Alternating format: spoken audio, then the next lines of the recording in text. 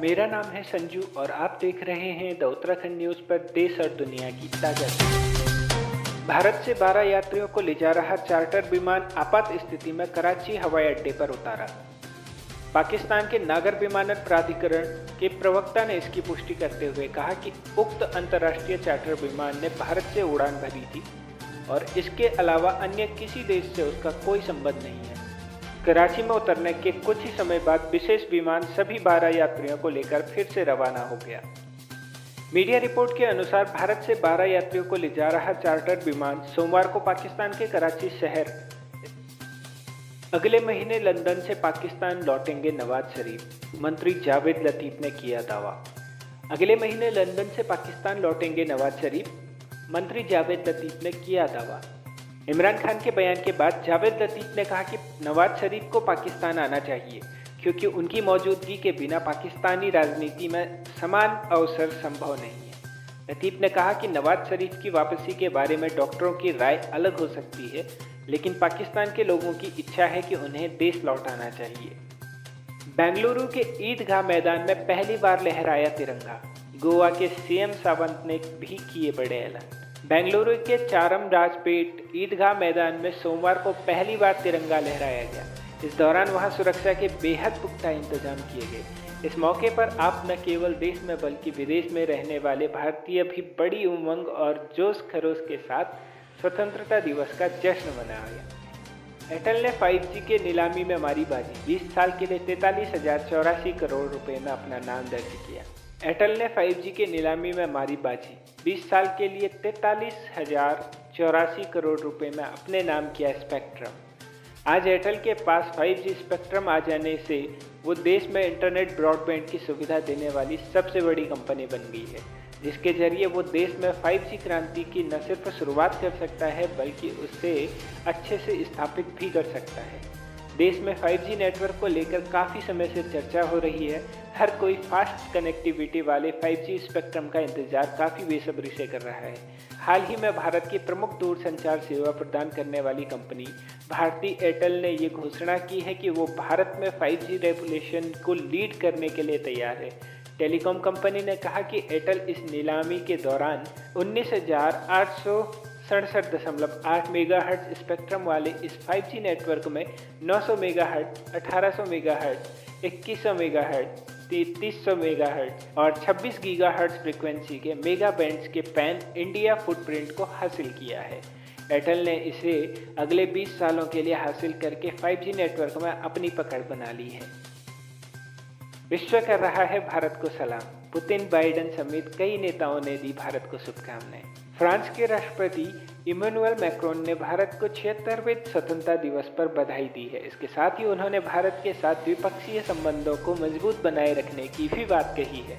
वहीं अमेरिका राष्ट्रपति बाइडेन ने कहा कि अमेरिका अपनी लोकतांत्रिक यात्रा को सम्मान देने के लिए भारत के लोगों में शामिल हुआ है। अंतरिक्ष यात्री ने दी भारत को स्वतंत्रता दिवस की बधाई। इसरो ने किया आभार।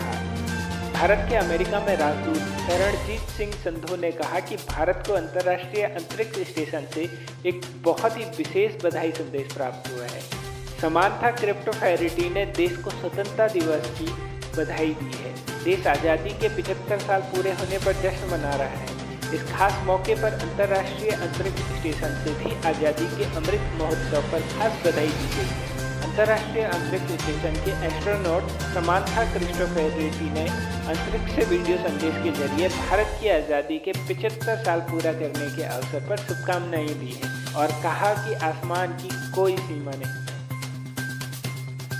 बीते साल आज ही के दिन अफगानिस्तान में तालिबान ने किया था तख्तापलट। अब तक नहीं बनी है समावेशी सरकार। तालिबान में अमेरिकी सैनिकों की वापसी और अशरफ गनी सरकार के पतन के बाद काबुल में आज ही के दिन सत्ता पर कब्जा कर लिया था। अफगान राजनयिक ने कहा कि अफगान नागरिक सबसे बुनियादी सेवाओं से वंचित हैं। उन्हें गंभीर मानवाधिकारों के हनन और उल्लंघन, गरीबी, दमन और भय का सामना करना पड़ता है। तालिबान ने समावेशी सरकार बनाने की राष्ट्रीय और वैश्विक अपीलों को खारिज कर दिया है। दुनिया भर में अफगान राजनयिकों ने सोमवार को तालिबान शासन की पहली वर्षगांठ पर कहा कि तालिबान न केवल अपनी प्रतिबद्धताओं को पूरा करने में विफल रहा है बल्कि कई कठोर नीतियां भी लागू की हैं। उन्होंने कहा कि देश में तालिबान ने महिलाओं पर कई तरह के कठोर प्रतिबंध लगाए हैं।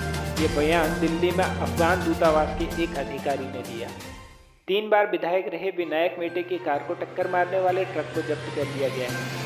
इससे पहले महाराष्ट्र विधान परिषद के पूर्व सदस्य विनायक मेटे की रविवार सुबह मुंबई पुणे एक्सप्रेसवे पर सड़क दुर्घटना में मौत हो गई थी। पुलिस को सूचना मिली थी कि रायगढ़ जिले में हुई कार दुर्घटना के घंटों बाद रविवार देर रात ट्रक को पालघर के कासा थाने की सीमा में देखा गया और दमन और द्वीप दमन शहर का दौरा किया और ट्रक को कब्जे में कर लिया। चालक को भी हिरासत में लिया गया। अरुणाचल में ड्रोन सेवा शुरू, सीएम बोले बेहतर प्रदेश के लिए करनी होगी विकास। अरुणाचल प्रदेश के मुख्यमंत्री पेमा खांडू ने स्वतंत्रता दिवस के मौके पर ध्वज फहराने के बाद युवाओं से आह्वान करते हुए कहा कि बेहतर अरुणाचल प्रदेश के अभी और मेहनत करनी होगी। आज से 25 वर्षों के बाद जब भारत अपनी आज़ादी के 100वें वर्ष का उत्सव मना रहा होगा, तब वे अरुणाचल प्रदेश को जहां पर देखना चाहते हैं उसकी कल्पना करें।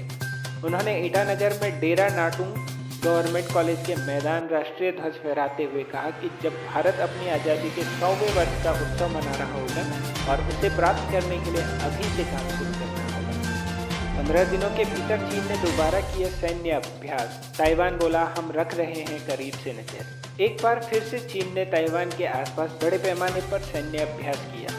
अमेरिकी कांग्रेस के एक और प्रतिनिधि मंडल द्वारा ताइवान का दौरा करने के बाद चीन ने ये सैन्य अभ्यास किया।